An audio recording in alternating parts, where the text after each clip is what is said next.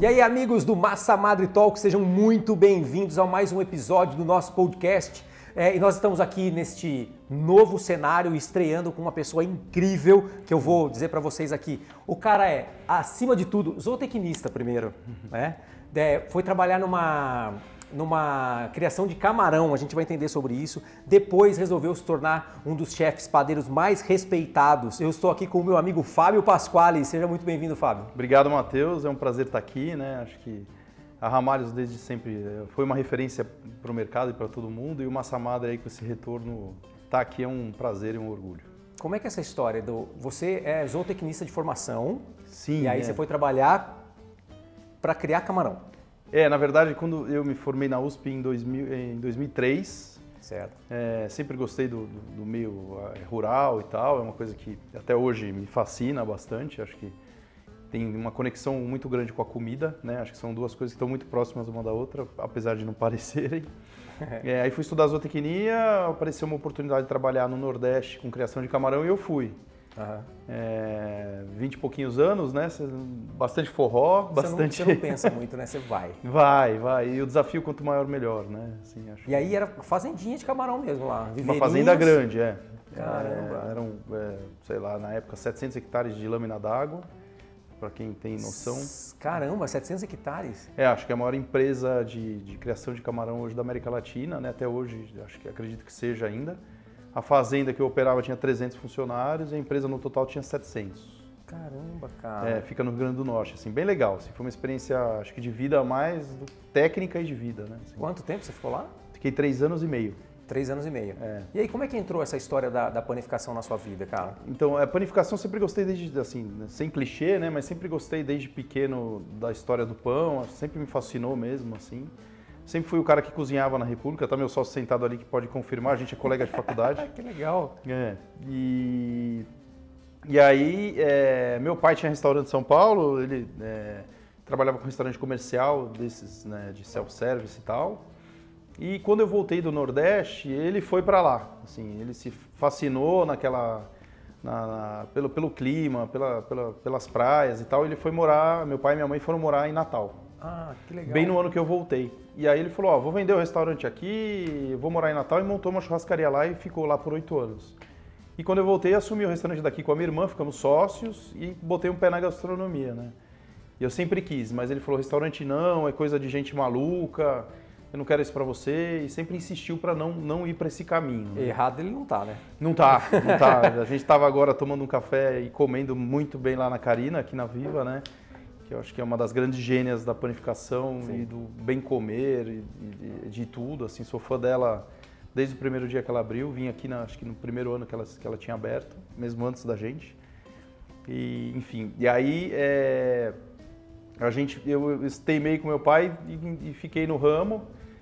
Depois de um tempo minha irmã casou e tal, e eu comprei a parte dela e falei, bom, agora eu preciso estudar, né? Você ficou com um restaurante, esses restaurantes de almoço, quantos anos, assim? A gente vendeu na pandemia, no meio da pandemia foram 2 no total, né? A gente depois... Abriu mais um. Abriu mais um na Alameda Santos.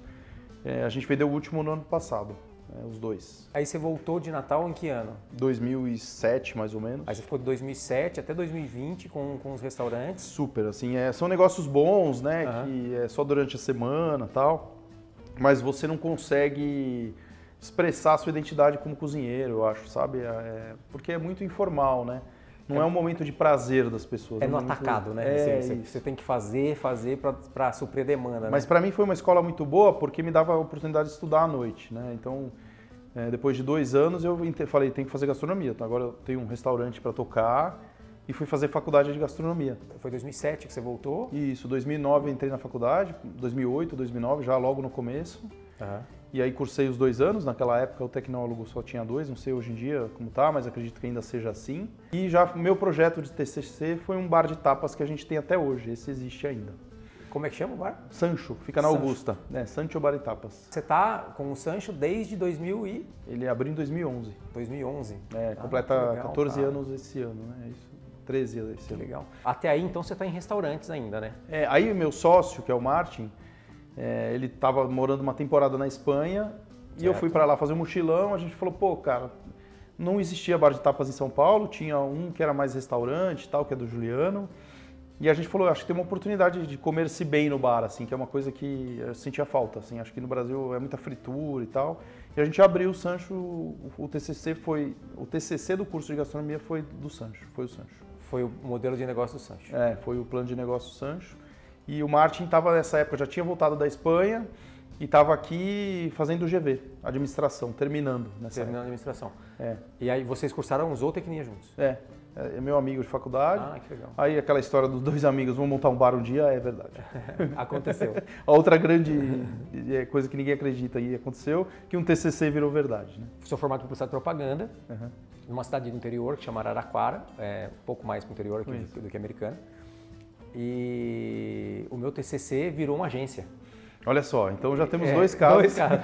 E aí a agência está lá até hoje, os meus amigos estão lá. Eu empolguei, saí, fui fazer outras coisas e tal. Legal, né? E aí os caras estão tocando a agência até hoje, já entregando a idade, foi 2002, né? Então, faz 22 anos já que os caras estão com a agência lá, que era um TCC. Mas eu acho sensacional essa visão empreendedora que vocês têm, né? Porque panificação é arte.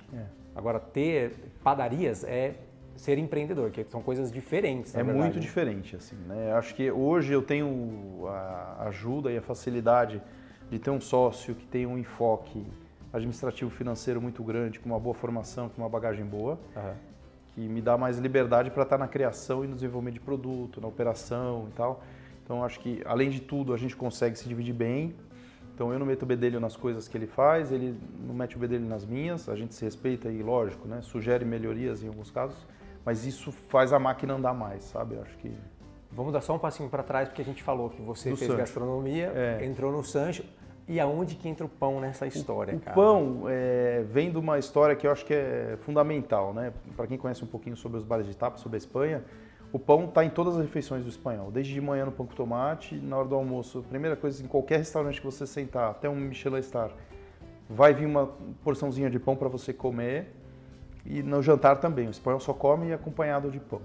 E a gente, eu sempre gostei e a gente via, principalmente para as tapas, né, como um elemento fundamental dentro do restaurante, né.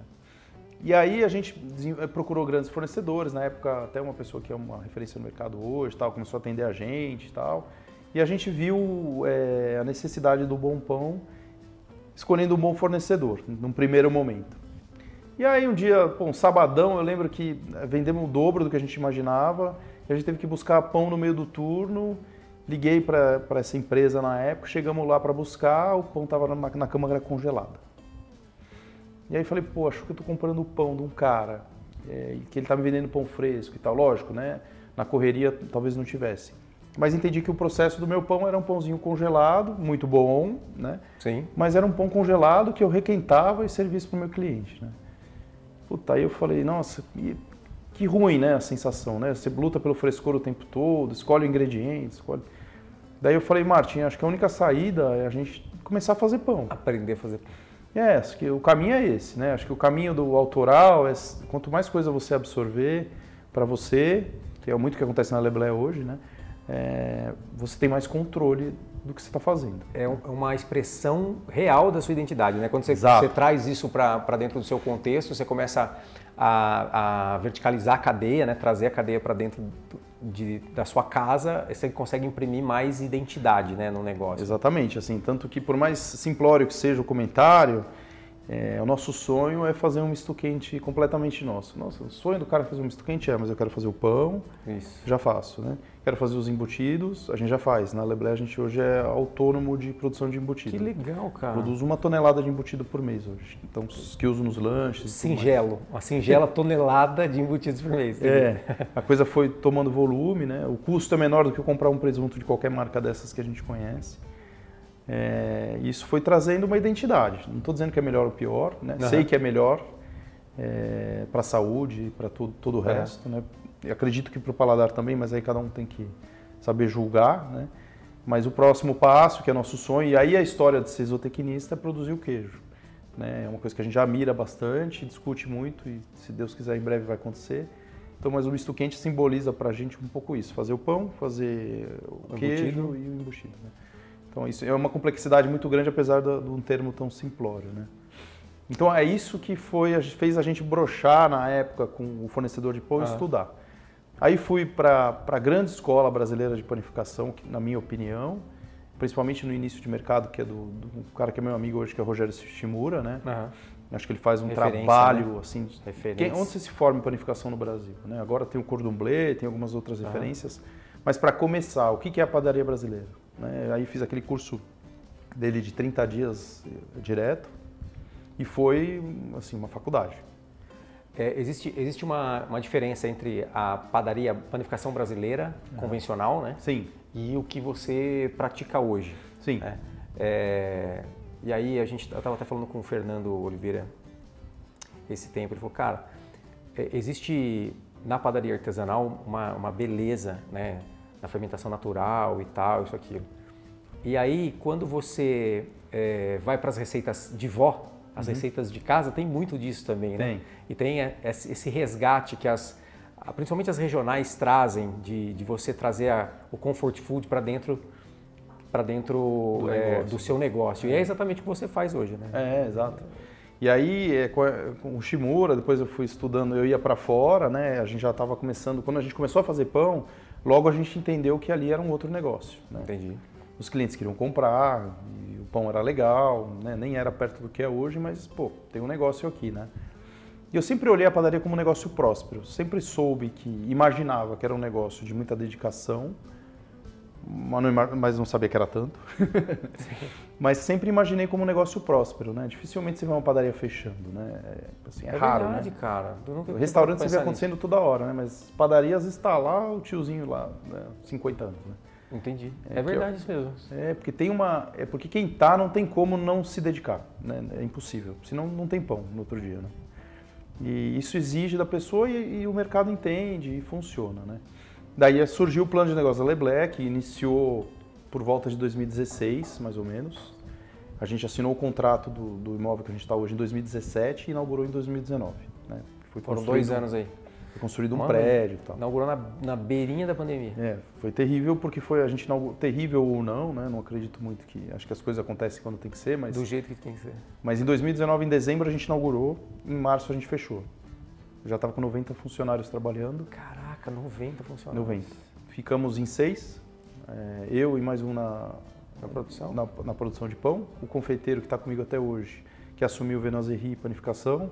Hoje é o head chef da produção Boulanger, né? Boulanger Patissier. Está com a gente até hoje e ficamos em 6. O Martin, meu sócio, fazendo compras e caixa ao mesmo tempo. Um menino na cozinha, um na confeitaria, nós 2 na panificação e uma pessoa atendendo no balcão. 6. Só. De 90 fomos para 6. Ainda porque padaria podia ficar aberto, né? Para venda de pão, não para comer no lugar. Lembra? Só para transitar, né? São Paulo as regras foram muito firmes. Foram. Né? E ficou nesse vai e vem, a gente ficou desesperado, a gente conseguiu, com muito esforço e muita sabedoria financeira, abrir a Lebleck com capital próprio, né? Sem ser filho de milionário, né? Uma coisa que a gente foi guardando na época 10 anos de Sancho, quase, né? 9, 8. E a gente falou, temos uma grana, vamos abrir. Então foi bem... Só que aí não teve jeito. A patinada que deu na pandemia, capital de giro, sem cliente, né? Porque o negócio de 3 meses não tinha nem iFood ainda. Com certeza, cara. Ninguém me conhece, né? Então foi difícil, assim. Mas a gente sobreviveu, ensinou, eu entrei na produção mais do que eu sempre estive, no dia a dia mesmo, assim. E aí, para mim, foi um entendimento que eu devia estar lá dentro, né? E com esse suporte administrativo, a gente tocou. E daí também, eu imagino que você tenha tirado muita estratégia, né? Para você conseguir tocar para adiante e deve ter criado muito também ali nesse momento, né? Eu estava conversando sobre isso com a Karina, assim. Negócios com alma verdadeira, como o que eu tento fazer lá, e a gente tenta fazer lá, como ela faz, se uma das pessoas que são a cabeça do negócio não estiverem dentro da produção, ou não conhecerem do produto, eles não vão existir. Tanto que, a Lebleck foi super bem e tal, vamos montar 10 lojinhas. É impossível, assim, hoje. A gente tem uma filial, os produtos, a loja funciona, é lucrativa, mas, por exemplo, eu particularmente, né, chego lá e falo, nossa, não está igualzinho, eu gostaria que tivesse. E cada vez é uma frustração, por mais que muitas vezes passe direto, a gente está percebendo. Que só você perceba? Mas e se só a gente perceber é o que faz a gente feliz ou não, né? Não, exatamente, é o detalhe, né? A gente tem até um ditado que o demônio mora no detalhe. E na nossa cabeça. Exatamente. Deus está nas grandes coisas, mas o detalhe é o que realmente vai fazer a diferença. E aí você está, então, com a Leblé desde 2019. Hoje vocês estão com quantos funcionários? Hoje, contando com a Petit, que a gente montou uma unidade menor nos Jardins, né? Que é essa que eu acabei de dizer, 120 mais 35 no Sancho. Caramba, então dá 155. Cara, e nessa jornada de você empreender, eu queria saber um pouco do negócio padaria, negócio panificação.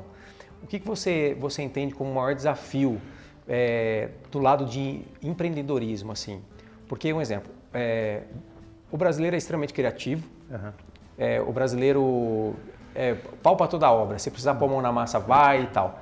Mas o brasileiro é um empreendedor por necessidade, né? Sim. A gente não tem escola de empreendedorismo, a gente não tem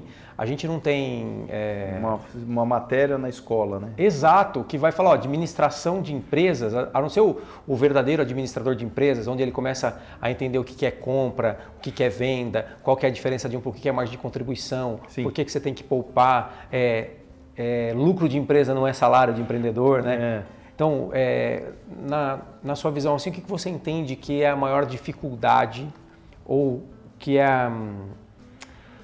a maior, qual é a maior dor do padeiro artista frente ao empreendedorismo que ele precisa colocar em prática para fazer o negócio prosperar? Essa pergunta é boa porque, mais uma vez, estava conversando isso agora com a Karina, eu e o Martin, sobre isso um pouco. Primeiro que a gente tentou ocupar, e aí falando um pouco de estratégia do negócio, quando a gente olhou para a Leblé, a gente olhou, bom, a gente quer um negócio maior, né, do que a média das boulangeries, padarias artesanais que existem hoje no Brasil.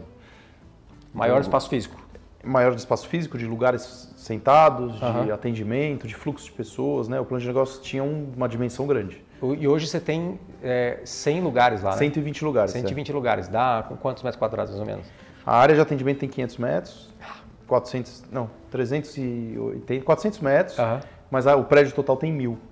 Aqui são 4 andares, São né? 4 andares, Só que aí, quando a gente mirou nisso, a gente entendia que tinha um espaço no mercado precisava ser ocupado e ninguém estava fazendo ainda, que é ser um artesanal de volume um pouco maior. Certo. Né? Então, tem grandes padarias e padeiras e amigos que eu admiro muito no mercado, que sempre foram uma referência. A Cláudia da Zestzing, a Isa, que faz um trabalho incrível, faz pães maravilhosos. São lugares menores e que a demanda versus a oferta tem um problema aí que falta, né? Até de disponibilidade de horário e tal. Então a gente queria uma padaria com bons pães e bons produtos das 7 às 11 da noite todos os dias. E lá você está de segunda a segunda, ou não? Sem parar, não fecha nenhum dia do ano. Né? Mas horários diferentes de 31 em primeiro. 400 metros de área de atendimento, a sua produção tem quantos metros? O restante é estoque e produção, os outros 600. Pensa que tem uns 150 da escola que a gente está montando agora. Que é um espaço bem parecido com aqui que vocês têm, de tamanho, assim, imagino que tem uns 100 metros ali, 100 e pouco, né? O restante é estoque, é produção, e o artesanal em maior volume exige mais espaço, porque não deixa de ser artesanal. Com certeza. E precisa de muito mais gente do que um pré-mistura, né? A gente não usa pré-mistura para nada lá, né? Então, a grande coisa é que fazer em volume precisa de mais mãos, né? O artesanal, do conceito feito à mão, precisa de mais mãos fazendo mais coisas, né? Então, a gente acredita muito na gestão e na qualidade das pessoas que estão lá. Acho, né, falando de entrave, que esse é o entrave. Assim, hoje, o profissional da padaria é um profissional que não está escassíssimo. Sim. Né? Mesmo porque é um trabalho de intensidade, né? E está difícil de encontrar mão de obra. né? Assim, acho que é uma dor que todos estamos sentindo. 100% das pessoas que passam por aqui comentam sobre a necessidade de você qualificar a mão de obra, né? E aí entra naquilo que a gente estava comentando um pouquinho antes de a gente começar, de que em muitos lugares a panificação é vista como subemprego ainda, né? Esse é um dos grandes problemas. Né? E na verdade não tem nada disso, cara. Nada disso. Primeiro, quando as pessoas entendem que panificação é arte, super, é química acima de tudo, química, biologia, né? Você conseguir compor diferentes materiais e tal para ter um resultado expressivo, né? E aí eu tive uma conversa com o Gino, ele fala, cara, quando você entra no ramo de alimentação de uma forma geral, você está tocando a barriga das pessoas, né? Então tem, além de tudo, muita poesia em cima dessa história, né? Então, o trabalho que vocês fazem de levar a panificação adiante, né? Eu acho super interessante. E ninguém tem ideia que existem 2 milhões de brasileiros nesse mercado. Né? Exatamente. E assim, eu entendo que existem excelentes oportunidades. Assim. Hoje as padarias, por uma questão sindical e até por uma questão de mercado, têm salários melhores com horários mais interessantes, porque a padaria não acontece muito como um bom restaurante durante a noite, né? Que você sai 2 da manhã, 3. Então eu acho que é muito convidativo, né? O ambiente que a gente tem hoje é um ambiente muito acolhedor, assim, os ambientes de produção todos com ar-condicionado, porque eu preciso controlar a temperatura de processo, né? Além do conforto térmico da equipe. Então, assim, é um ambiente muito bom de se trabalhar, assim, sabe? E fazer um produto bonito, um produto saboroso, isso faz bem também, né? Acho que trabalhar numa indústria pode ser legal, mas essa coisa de você fazer parte do processo, né? Porque o artesão, o pão que ele modelou é a mão dele. Exato. Né? Assim, por mais que a gente tente ter um padrão nas coisas, Exato. Tem uma assinatura de cada um ali, Isso, né? com certeza. E isso não está errado, né? Assim, uma baguete com um biquinho um pouco maior que a outra, não tem jeito, isso é autoral, por mais que você tente, né? Deixar padronizado. É a mão de cada um, né? É muito bacana. Dentro da estrutura, você estava falando de estoque. Sim. E você estava falando de processo de produção, né? Sim. Eu tenho 2 perguntas sobre isso. Boa. A primeira das perguntas é, como que você escolhe e dimensiona o que vai para a vitrine? Como é que é montada essa estratégia? Sim. Então, porque eu sou um artista, eu sou um panificador, só que eu tenho que produzir coisas que as pessoas comprem. Exatamente. Esse é o primeiro passo. O segundo passo, eu preciso comprar coisas que as pessoas comprem que me deem lucro. Exatamente. Então, como é que é essa composição na sua cabeça? Assim, qual que é a estratégia que você usa para montar uma vitrine que seja, ao mesmo tempo, atraente para o público, mas também cumpra o papel dela, que é deixar o caixa positivo no final do dia? Sem dúvida, né? Porque o caixa positivo depende de 2 coisas. Primeiro, da margem de contribuição do produto e segundo, do quanto ele é vendido, né? Assim, porque a padaria trabalha com um problema muito sério que é desperdício. Isso. Então, se eu não tenho um fluxo de produto inteligente, vendi 200 croissants, mas estou com 200 assados ali. Eu não vendi nada. Né? Deu 0. E trabalhei pra caramba, né? Entendi. Então, o desperdício é um grande olhar que o dono de padaria, o padeiro, tem que ter. Né? Porque eu acho que hoje está muito mais no controle de desperdício, o seu lucro, do que... Porque fazer ficha técnica, calcular a margem de contribuição, CMV, isso é fácil, né? A planilha hoje faz tudo. Faz tudo. Mas e o que a gente não está vendo? Né? Então a gente olha muito para o desperdício hoje, o que a gente, além de tentar diminuir, o que a gente consegue fazer com o subproduto, né? O que sobra vira o quê? Né? Assim, lógico, sem descer para o contato com o cliente, né? Por questões de normas sanitárias. Com certeza. Mas o que a gente faz com esse produto? Né? Por exemplo, hoje a gente faz farinha de rosca de pão de fermentação natural, tem um bolo de banana que a gente desenvolveu com farinha de baguete, que eu vendo embaladinho, a gente vende embaladinho, que é o carro-chefe de vendas hoje. A gente lançou faz pouco tempo, incrível. Você transformou um problema numa oportunidade de venda aí. Exatamente. Então, um pouco disso, né? Você faz a gestão do seu portfólio lá na vitrine. Essa gestão aconteceu muito antes, lá atrás, com o desenvolvimento de um bom plano de negócio, e a gente fez. A gente viajou para 5 países antes de abrir a Leblé, né? Tudo isso já como estratégia, olhando para o que o pessoal faz fora, né? Buscando referências. A gente foi para a França em alguns lugares, foi para a Itália, foi para a Espanha, fomos para os Estados Unidos também, porque eu acho que olhar o pão em si, como o europeu faz, não acontece no mundo inteiro, mas eles têm uma característica própria. Mas olhar para o produto, o americano tem um know-how muito interessante. Mesmo sabendo, e com as viagens se confirmou, que a padaria fora do Brasil é uma loja de pão. Assim como a sapataria é uma loja de sapato. Você pega, compra seu produto e vai embora. Entendi. Essa coisa... Não é um café. Isso. Essa coisa que existe no Brasil do café, padaria, confeitaria, restaurante ao mesmo tempo. Conveniência. É uma loucura maravilhosa. Né? Caraca. E a gente usou, até a Karina falou do mesmo lugar, a gente estava conversando de novo com ela, né? Que foi agora. A gente tem o Baltazar em Nova York, que é um lugar que é um restaurante que tem padaria. E tem essa coisa do café da manhã até o jantar. Aliás, ela me falou que se um dia eu for para Nova York visitar padarias, eu preciso falar com você. Você é o cara que mais conhece lugares incríveis lá pra gente. Acho que o marido dela também morou lá, eles têm uma experiência americana muito legal, assim. Então eu acho que olhar para o produto, a gente achou um lugar que faz coisas legais e aí a gente foi desenvolvendo. Chegando no Brasil, a gente visitou quase todo mundo, né? O que o pessoal tem de mix de venda? Eu estudei com os meninos da França Panificação no começo. Que acho que são, falando de escola hoje, uma baita escola, né? Sou grato a eles por tudo que a gente desenvolveu junto, né? O Herman, o Axel, são caras... O João Jacob, que não está mais no Brasil, mas que foi o nosso grande professor na época. A gente também desenvolveu uma linha de produtos que já funcionava em outros lugares. Pô, tô aqui com esse cara, eles vendem isso vende bem, isso não vende e tal. Então a gente começou a loja com um mix de produtos testado pelo mercado. Né? Certo.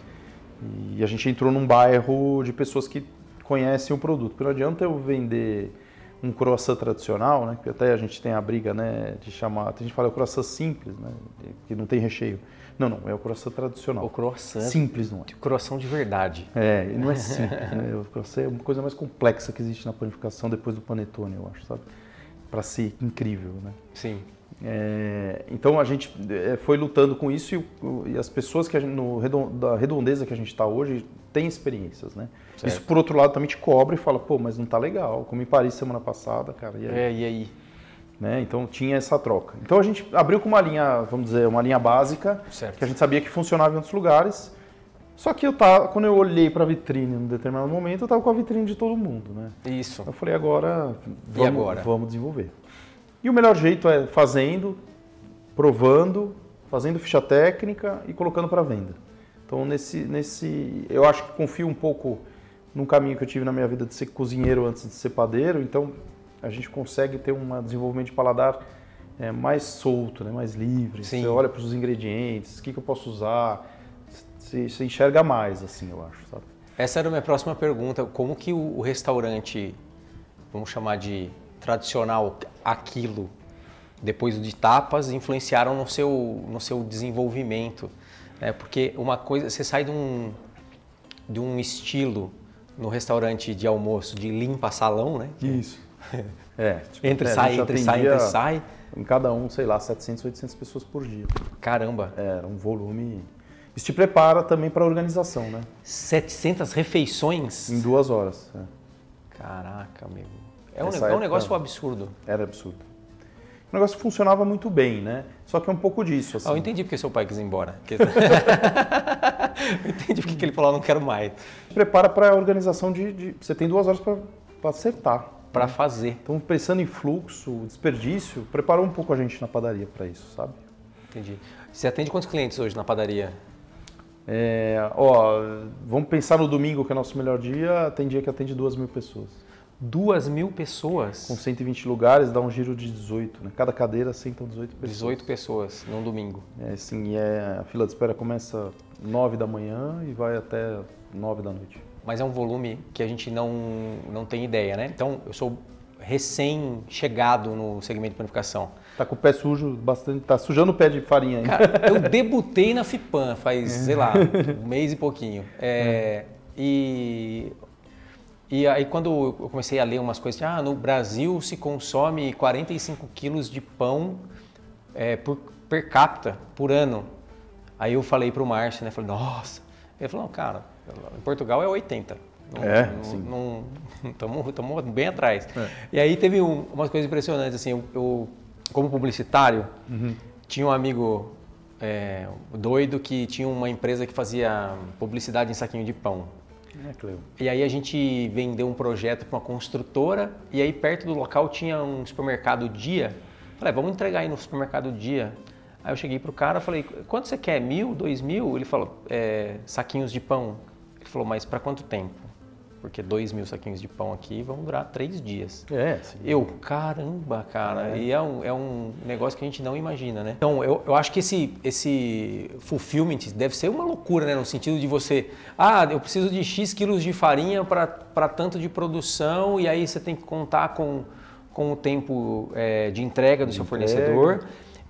E é um produto que não é barato, cara, para ser produzido, né? Não é. Eu acho que quando a gente pensou, assim, por que hoje a gente tem mais área interna do que área de venda, né?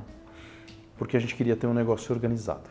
E hoje a gente tem, assim. A Vigilância Sanitária foi recentemente lá, porque eles vão, né? Denúncia ou não, e acontece, e tem que ir mesmo. E falou, pô, vocês têm hoje deve ser uma das melhores estruturas de padaria que eu visitei em São Paulo. Assim. Então, que legal. Assim, pra gente que faz um trabalho sério, além de tudo ser seguro, né, é muito importante. Assim. E acho que não tem como sem ter espaço. Certo. Sabe? Se você não pensa no estoque, hoje a gente tem 5 câmaras frias dentro da padaria. Uma para panificação, uma exclusiva para confeitaria, uma com hortifruti, outra para carne. Assim, e os outros ingredientes. Cara, falando um pouco de confeitaria, a panificação ela traz, na minha leiga opinião, né, uma possibilidade grande de você criar. Sim. Mas a confeitaria... A confeitaria você pode fazer qualquer coisa com tudo, né, na confeitaria. Eu acho que a grande sabedoria, isso pensando em culturas mais antigas como o francês, eles mesclam muito esses dois setores, né? Tanto que o curso de boulangerie e patisserie é um só. Lá. Um chefe boulanger patissier, né? Dificilmente, a faculdade é junta, né? Sim, com certeza. E isso é muito interessante, é uma coisa que eu trouxe para a nossa realidade hoje. Então eu peguei o nosso chefe confeiteiro, que é super criativo, super técnico, super preciso, que são as palavras da confeitaria, né? Técnica, precisão, limpeza, frescor, né? Assim, acho que são. E a padaria é um setor que parece que pode ser bagunçado, que pode ser mais sujo. Então, esse olhar do confeiteiro na padaria foi uma coisa que ajudou muito a gente. A padronizar produto, a pensar em diversidade, né, que é um pouco o que você disse, né? Hoje a gente vende, sei lá, de tartelete, se eu não me engano, são 180, 200 por dia tarteletes individuais. Caramba.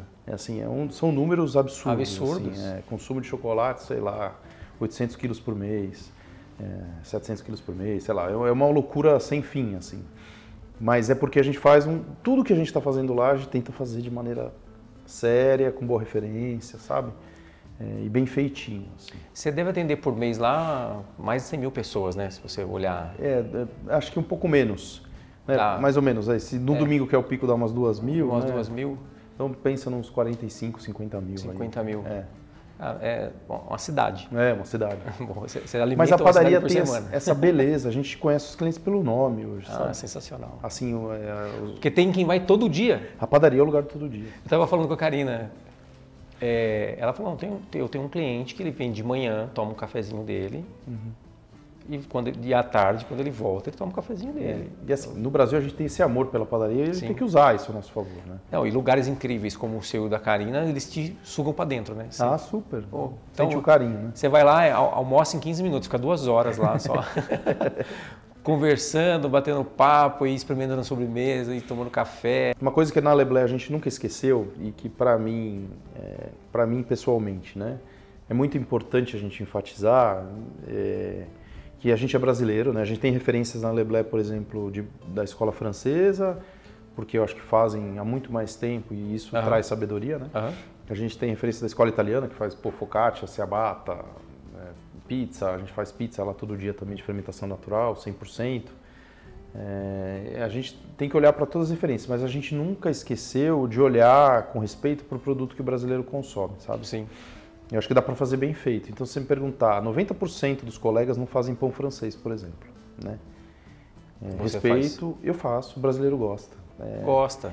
E é nosso, da nossa cultura. Mas a gente tem que olhar para a padaria brasileira não sendo uma cópia do que eles fazem fora, né? Mas tentando fazer melhor o que o brasileiro gosta.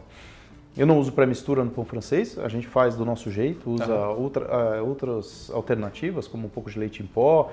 Eu uso pâte fermenté, que é massa pré-fermentada de croissant, em vez de usar banha. Entendeu? Entendi. Consigo usar uma farinha de boa qualidade, em vez de usar uma pré-mistura que eu nem sei o que tem ali dentro. Então, acho que tem um movimento de olhar para o produto. A gente vende super bem pão francês. O brasileiro gosta, então acho que tem um movimento da gente entender a cultura do nosso país e respeitar o produto e tentar fazer ele da melhor forma, do que simplesmente abandonar, né? Por exemplo, vocês têm salgado na padaria? Tem, a gente ganhou duas eleições no ano passado com uma melhor coxinha de São Paulo. Caramba! Tem que ter coxinha, mas precisa usar o caldo daquele que a gente já sabe, que vende no supermercado? Não. A gente faz caldo de frango, com a carcaça, né? Desfia o frango. Então, artesanal.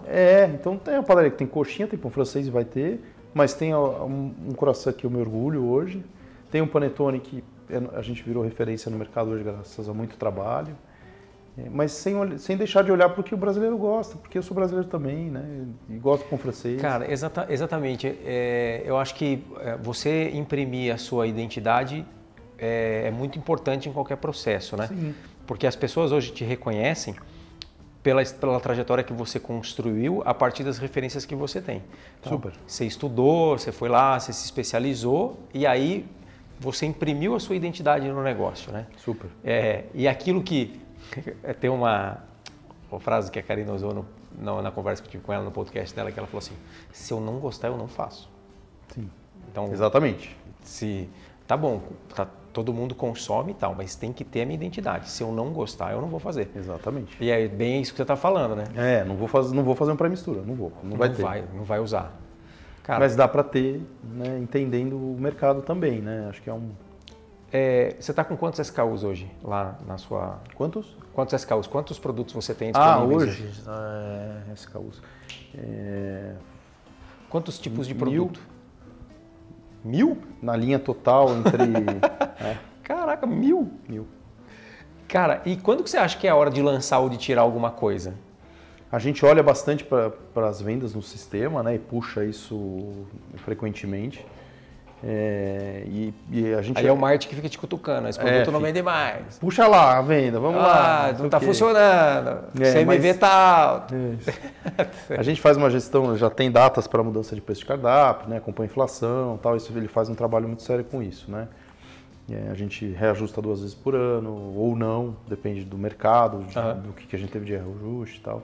Mas a linha de produtos, ela não acontece toda simultaneamente, né? Então, nesses 1.000 eu tenho um pão que eu produzo para um restaurante que me compra eventualmente, né? Tá bom. Porque a gente fornece para alguns restaurantes também, né? Tá. Tenho panetone no final do ano, X unidades. Eles são sazonais, na verdade. Você não está com todos ativos a todo tá tudo momento. em linha, né? Isso... E aí, a sua decisão de te retirar um produto é baseado no CMV mesmo, né? CMV... na lucratividade, se ele... Para cardápio hoje, quem olha o cardápio da Leblé fala, esse cara é louco, tem, sei lá, muita coisa. Por isso que quando a gente fala em 1.000 produtos, a gente tem uma coisa que a gente faz de inteligência de cardápio, que cada ingrediente tem que se repetir 5 vezes pelo menos dentro do menu. Entendi. Então, por exemplo, eu faço lombo canadense. Ele vai estar lá em 5 lugares. Então você tem uma estratégia que você repete em 5 receitas o mesmo produto. O mesmo ingrediente.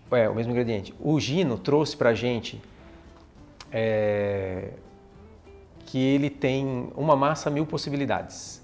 Então, ele tem a identidade dele está na massa, porque ele é um pizzaiolo, né? Sim. E aí ele cria, a partir daquela massa, 5, 6 pratos diferentes. Sem dúvida. Para fazer otimização também, né? Então, essa estratégia é que você usa. Você vai repetindo ingredientes dentro do mesmo cardápio. E aí, quantos itens você tem no cardápio hoje? Na vitrine de confeitaria a gente tem hoje 60 itens, né? O Fernando falou. Diariamente. 50, 60 itens. Que varia muito, né? Final de semana a gente consegue aumentar mais a linha, porque tem um fluxo maior, né? Tem coisas mais perecíveis que eu consigo tirar e colocar. Tem coisa que a gente vende uma vez por semana. Então, isso que aumenta muito o nosso número, né? Mas o cardápio deve ter hoje, porque sanduíches, tostas, eu acho que uns 70 itens. 70 itens. Pizzas, né? Só que você divide isso por 5, em termos de uso de ingrediente, né? Você já cai, sei lá, para 15. Entendi. Entendeu? 15 pratos, como se fossem pratos essencialmente puros, né? Individuais. Entendi. E funciona super bem, porque com esse volume, atendendo 2.000 pessoas num domingo, as coisas têm um frescor absurdo, assim, né? Você produz todo dia? Todo dia. A gente trabalhando 24 horas na padaria. 24 horas já. Para um volume desse não tem como, né? Você imagina, na loja tem 100 funcionários. Eu tenho uma pessoa que trabalha das 11 da noite até as 6 da manhã, né? Fazendo 6 por 1 lá, continha certa, produzindo comida para funcionário. Porque eu tenho gente almoçando às 10 da manhã, tenho gente almoçando, jantando. Você tem um restaurante lá dentro? Tem um refeitório, todos com comida individualizada, né? Tudo certinho, porque é preciso, né? 100 pessoas comendo, né? Preciso de um restaurante. Uma estrutura. Então tem toda essa gestão. Eu acho que o cardápio a gente muda sempre, né? Tenta fazer um sazonal aí também no inverno, uns verão. Festivais, assim. Porque você pega sopa, por exemplo, uma coisa que todo mundo quer na padaria. Sim. Né? Então sopa no inverno a gente aumenta um pouquinho. Agora vem entrar o cardápio de verão, a gente tira algumas coisas. E deixa os carro-chefes, bouillon, uma sopa de tomate que a gente faz, né? Umas sopinhas mais tradicionais. Mas a disponibilidade de produto da padaria é uma gama muito grande, né? Porque você está em horários muito diversos dentro do negócio. Isso. Né? Você atende o café da manhã, você atende o brunch.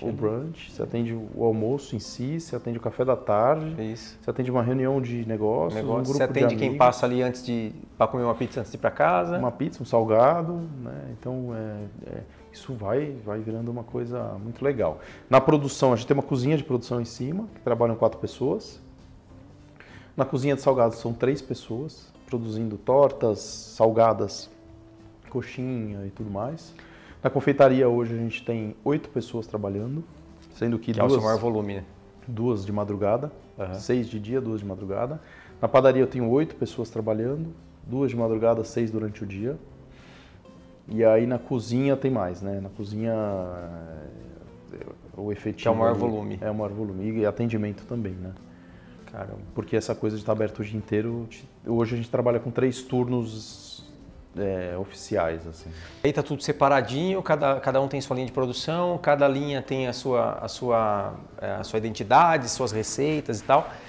E aí você tira dessas linhas a lucratividade e trabalha nesse formato de, no final do dia, a linha que tem que dar lucro, então a conta tem que ser sempre demais, e aí você vai fazendo os ajustes disso numa operação desse tamanho. Eu estou enfatizando esses assuntos, na verdade, porque a nossa audiência está em busca disso, né? Tá bom, legal, já fiz o curso de panificação, e agora? Como é que eu ganho dinheiro com isso? Exatamente. Falando um pouco de desperdício, como a gente disse, né? A gente ainda vem de um modelo de padaria que, apesar de ter um ótimo CMV, ainda tem um CMV pior do que a padaria tradicional brasileira. Sim. Porque hoje, sei lá, estamos falando de gente que consegue multiplicar por 10, né, o custo de produção, né, na padaria tradicional brasileira. Compra congelado. Com ingrediente ruim, a gente preza por ingrediente bom. Hoje a gente usa, com exceção do pão francês, que a gente usa farinha nacional de boa qualidade, a gente usa só farinha italiana. Né, que são farinhas que desenvolvem melhor o produto, chegam onde eu quero, em termos de qualidade e eficiência, né, sabor, né? Porque a farinha sem nada ela não tem sabor, mas quando ela é misturada com outras coisas, ela mostra para que veio, né? Tanto tecnicamente quanto sensorialmente, né? Uma boa farinha integral e tal. A gente falou então do Fábio, criador de camarão, Isso. do Fábio, dono de restaurante de almoço, do Fábio, dono de restaurante de tapas, e do Fábio da panificação. Isso. E o Fábio professor? Quando que começou essa história de... você falou que vocês montaram uma escola. Quando que começou, você entendeu que existia essa oportunidade ou essa necessidade de começar a transbordar o seu conhecimento para outras pessoas? Isso aconteceu de uma maneira inesperada até, porque foi uma demanda da Fernanda, da Embramex, né, que é uma querida por todos nós. Né? Que foi quem nos apresentou? Isso, exatamente. Eu acho que ela tem um trabalho tão próximo do cliente, assim como vocês. Né? Acho que a Ramalhos tem um pouco... acho que eu olho a Ramalhos assim como uma coisa preocupada com o cliente, né? Essa Sim. coisa íntima. Total. Pelo menos é o que e ela traz isso também. Né? Ela tem isso, e quando eu procurei ela porque eu precisava fazer um panetone melhor, eu precisava de uma farinha melhor, a gente se conheceu e tal. E aí a gente foi, ela está muito dentro do mercado da pizza, e eu fui desenvolvendo muitos produtos com panificação, com as farinhas incríveis que ela traz. E a gente foi desenvolvendo coisas, e aí ela, putz, Fábio, tô com um cliente aqui com problema, você me ajuda? A gente foi trocando, né? Ela me ajuda com condições comerciais incríveis de compra, de agilidade de entrega. E a gente foi trocando essa gentileza, né? Sim. E aos poucos ela falou, tô com gente. Ela começou a dar uns cursos lá e falou, mas não tem nada de panificação, você dá um curso aqui para mim? Daí eu fui fazer um curso lá. Ela tem uma estrutura muito boa, agora está ótima, né? Era boa, mas agora está ótima. Está excelente. Está excelente, né? No lugar novo. Para o que eu faço, ainda é limitado de equipamento e tal. Eu falei, Fê, vamos fazer os cursos, mas posso fazer aqui na Leblé? Porque aí eu tinha um espaço lá que eu queria fazer escola um dia. Falei disso um dia, né? Que a gente deixou um cantinho guardado lá. Não, vamos. E aí, assim, em uma semana o curso lotou, gerou fila de espera para o próximo. Daí a gente, putz, tem um mercado legal aqui. E tem uma coisa de que quem ensina aprende mais, né? Total. Assim, é mágico isso. Assim, total. Sabe? E essa coisa do ser humano, né? Eu envolvo minha equipe nos cursos, então, putz, para eles é o dia de troca, né? Padeiros aprendendo com eles, sabe? Assim, tem uma coisa mágica. Dá uma enobrecida neles também, pra caramba, super, né? Sai da rotina, isso. Né? Fala com o cliente, né? Assim, e aí, putz, me encantou profundamente, assim. E isso a gente falou, vamos fazer, já que estamos fazendo meio atropelado esse negócio, vamos fazer direito. E a gente está fundando a Academia Leblé, a ideia é chamar academia porque eu já dou cursos de charcutaria também na escola da Vilma Covese, que é a Beth, que administra hoje a filha dela, né? E por que a gente não tentar fazer uns cursos aqui também, fazer de confeitaria, então vai ter macarrão, vai ter brigadeiro, charcutaria, vai ter panetone, croissant. A ideia é fazer um pouco do que a gente faz todo dia, mostrar para as pessoas que dá para fazer. Como é que o negócio se desenvolve, né? E deu certo, assim, né? A gente começa esse ano, esse primeiro semestre a gente estava numa fase de investimento em equipamento, né? A gente fez algumas coisas lá para direcionar os investimentos de equipamento da escola agora, né? Para o segundo semestre e se preparar para a leva de cursos que a gente é muito forte de panetone, né? Hoje você tem cursos que são sequenciais. Sim. Ou os cursos como é que é o planejamento dos seus cursos hoje? Hoje são livres, um não depende do outro. Ah, tem um calendário, não tem? Como é que é? Isso, tem um calendário que a gente está lançando agora, né? E lá no Instagram da padaria ainda, da Leblé, a gente tem um destaque falando da escola.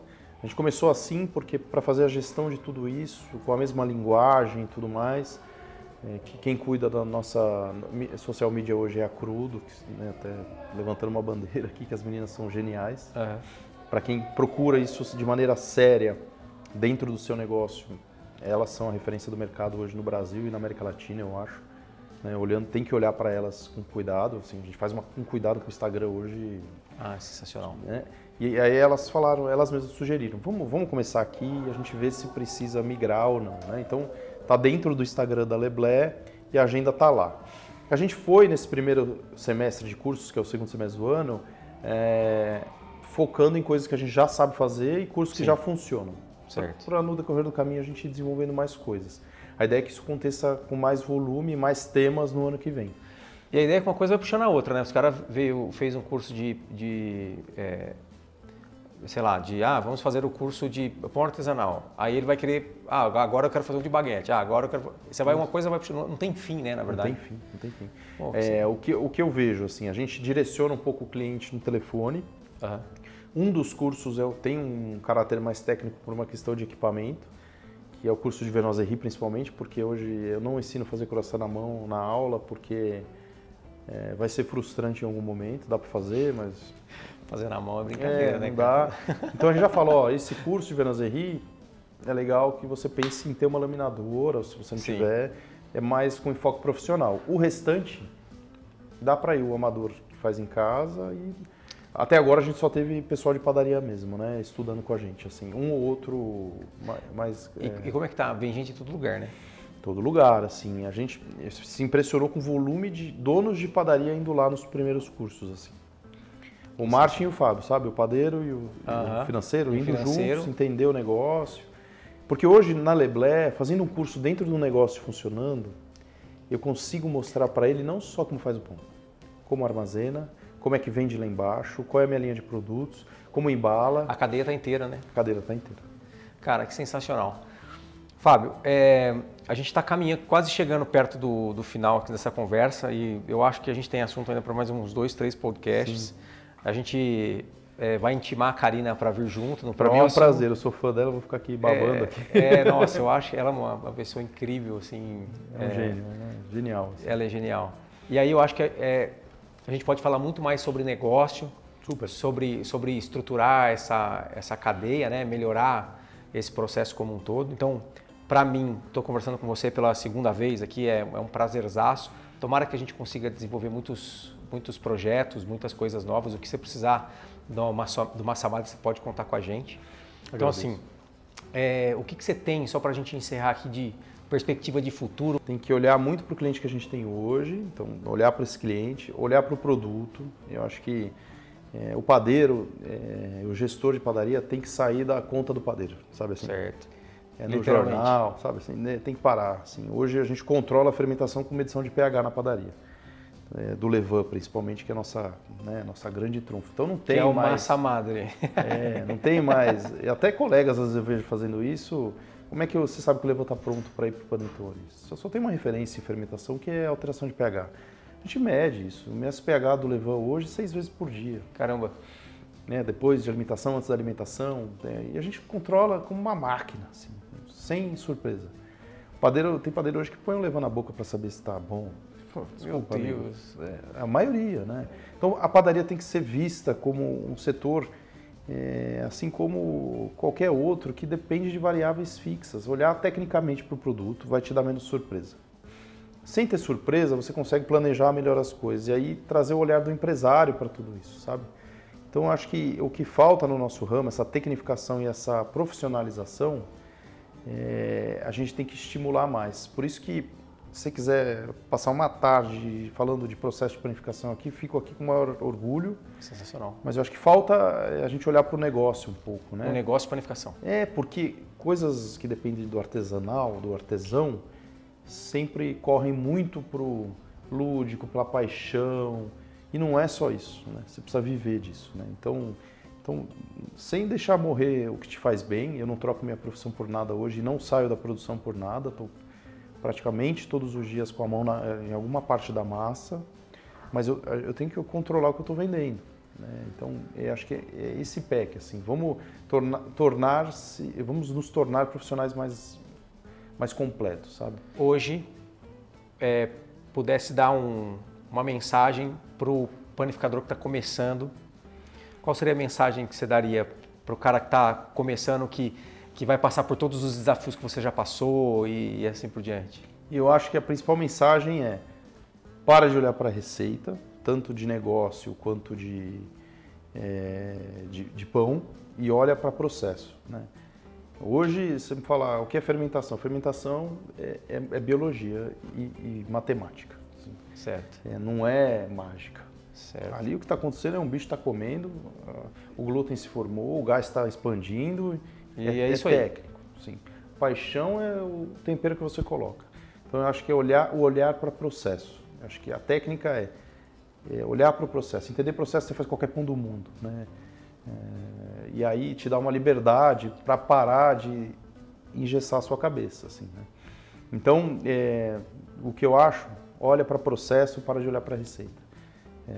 Vai que é um mercado, se você olhar para o processo, entender o que você está fazendo, é um mercado que te devolve, assim, te abraça.